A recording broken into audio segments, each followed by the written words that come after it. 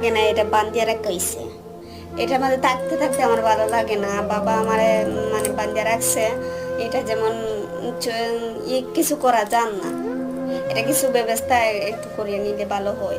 5 বছর 6 বছর ধরে আমি তো শুনলাম লেখাপড়া করছেন, যে লেখাপড়া করছে মাদ্রাসা জীবন তো এসএসসি পর্যন্ত জি। লেখাপড়া। ইচ্ছা করে যা বলে সরবরাহ হয়ে গেছেন, সব কিছু বিক্রি করে ফেলছেন। তাহলে আমার কাছে তো মনে হচ্ছে যে ওনার যদি ভালোভাবে চিকিৎসা করা হয়, যেহেতু উনি দশম শ্রেণী পর্যন্ত জি, পড়ালেখা জি, করছেন জি, মোহিত ভাই, জি, জি, ভাই। তাহলে উনি আসলে জ্ঞান শক্তি ভালো ভালো ছিল অবশ্যই। জি ভাই, জি।